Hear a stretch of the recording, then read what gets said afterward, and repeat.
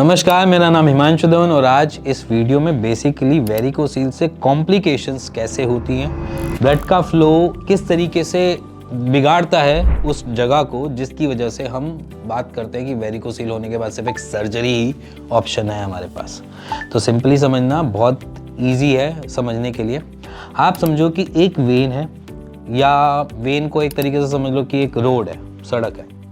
अब सड़क पे क्या होता है कि जैसे कभी रेड लाइट या किसी एक ऐसी जगह पे जहाँ पे लंबे लंबे जाम लगते हैं, तो वहाँ पर ट्रैफिक सीधा जा रहा होता है और जाम लगते ही हम क्या करते हैं, स्कूटर बाइक वाले साथ साथ पटरियों पे चढ़ाना चालू कर देते हैं कि हम आगे की तरफ पहुँच जाएं, है ना। सिंपली यही होता है। जहाँ पर ट्रैफिक जाम लगता है तो उसमें से स्कूटर बाइक वाले थोड़ा सा पेडिस्ट्रियन एरिया के ऊपर चढ़ाकर आगे निकलने की कोशिश करते हैं। सेम एज इट इज़ वेन्स के साथ होता है। वेन्स में क्या होता है कि जब कोई वेन के अंदर ब्लड का फ्लो टूवर्ड्स पंप होता है, ऊपर अपवर्ड कि आपके हार्ट की तरफ पंप करने के लिए, तो क्या करता है कि वहाँ पर कहीं ना कहीं बल्ज, या जैसे मैं बोलूँ कि वहाँ पर जो ब्लड की रोटेशन है वो टूवर्ड्स टेस्टिकल्स पहुँचना चालू कर देती है, क्योंकि वहाँ पर रिफ्लक्सेस जो बनते हैं वो टूवर्ड्स घूम के टेस्टिस के पास ब्लड जाना लग जाता है। अब जब वो ऐसे गोल गोल वहाँ पर घूमता है तो वहाँ पर कुछ ब्लड का फ्लो ऐसा नहीं है कि बिल्कुल स्टॉप ही हो जाता है, स्टैग्नेंट हो जाता है, ब्लॉक ही हो जाता है। ब्लॉक नहीं होता, बट कुछ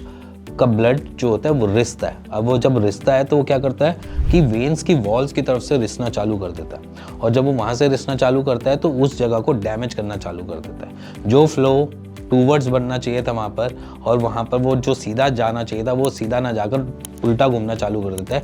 ये एक मेजर दिक्कत होती है जहाँ पर वेरिकोसील एक वेन्स के अंदर बनता है। अब इस वेन के अंदर जो दिक्कत आ रही है वो आपके रिफ्लक्सेस बनने की वजह से आ रही है, कि जहाँ पर ब्लड फ्लो घूम रहा है और वॉल्स को टच करता हुआ आपका जो ब्लड फ्लो जा रहा है वो बेसिकली आपके वहाँ पर इन्फ्लेमेशन कर रहा है, सुजा रहा है उस जगह को, उस वॉल को डैमेज कर रहा है, जिसकी वजह से उसको रिकवर करना टास्क बन जाता है, जिसकी वजह से वहाँ पर सर्जरी रिकमेंड कर दी जाती है। ये बेसिक कंसेप्ट है। अब वेरिकोसील में अगर मैं यहाँ पर बात करूँ तो मेन कल्प्रिट कौन है? अगर बात करते हैं वेरिकोसील में कल्प्रिट कौन है, कल्प्रिट आपका वहाँ पर जो रिफ्लक्सेस है वो कल्प्रिट है। अब कल्प्रिट वो है तो उसको सॉर्ट कैसे किया जाए? भैया वेरिकोसील हो गया, इन्फ्लेमेशन भी हो गई, वहाँ का दर्द मेरे थाइज में भी जा रहा है, मेरे बैक पे भी जा रहा है, मेरे अपवर्ड डायरेक्शन नाभि के पास भी आ रहा है, तो अब उसको कैसे सॉर्ट आउट किया जाए? उसका सॉर्टेड करने का तरीका एक है कि रिफ्लक्सेस होने ही ना दो। अब ऐसा नहीं है कि वो रिफ्लक्सेस एक बार ही बनते हैं तो बने ही रहते हैं, ऐसा नहीं होता। रिफ्लक्सेस तभी बनते हैं जब कोई मूवमेंट नहीं हो। मतलब मैं अभी जैसे बैठा हुआ हूँ, लंबे टाइम तक बैठा रहता हूँ तो क्या पता रिफ्लक्सेस बन जाए, या फिर मैं बहुत टाइम से खड़ा हूँ तो खड़ा ही रहता हूँ तो उसकी वजह से रिफ्लक्सेस बन जाए। या फिर रिफ्लक्सेस तब बनते हैं जब वहाँ पर ब्लड का फ्लो टूवर्ड्स ऐसा अच्छा नहीं चल रहा होता, जिसकी वजह से रिफ्लक्सेस बनने की दिक्कत बनती है। अब ये रिफ्लक्सेस जो होते हैं वो बेसिकली आपको दर्द देते हैं, और दर्द के साथ आपको अच्छा सा मेंटल टॉर्चर भी देते हैं। अब इसको मेंटल टॉर्चर समझ के हम इस तरीके से भी लेके जाते हैं कि वो हमारी एट्रोफी कर देगा, हमको इनफर्टाइल कर देगा, बट ये सारी चीज़ें तो बात की बात है। तो सबसे पहले हमने रिफ्लक्सेस को नहीं होने देना। अब रिफ्लक्सेस जितने ज़्यादा होंगे तभी हमें दिक्कत देगी। तो इसी टाइम पर हम ये कह देंगे वेरिकोसील के पेशेंट को कि वो थोड़ा रेस्टिंग पीरियड पे जाए। रेस्टिंग पीरियड मतलब कि थोड़ा सा लेटना, थोड़ा सा मूवमेंट्स रहना, कोई भी हैवी वेट नहीं उठाना, स्कूटर बाइकों को नहीं चलाना, साइकिल बिल्कुल नहीं चलानी, दंड बैठक नहीं करनी।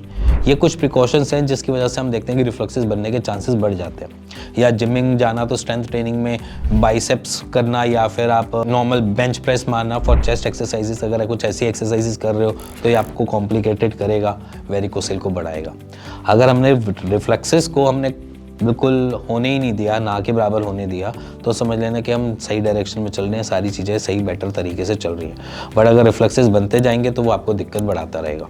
तो रिफ्लक्सेस ना हो इसीलिए हम क्या करेंगे, उसको स्ट्रीमलाइन करने के लिए मेडिकेशन पे जाते हैं, या फिर इंटीग्रेटेड अप्रोच के साथ जाते हैं जहाँ पर होम्योपैथ आयुर्वेद मिलकर काम करता है, और जिसकी वजह से हम वेरिकोसील से बिना सर्जरी के ठीक हो पाते हैं। ऐसे बहुत सारे पेशेंट्स हैं जो शायद मैं आपको दिखाना भी पसंद करूँगा, जो हमारे पास पेशेंट आए हैं जो रिकवर हुए हैं इंटीग्रेटेड अप्रोच के साथ, वो हैं आपके सामने।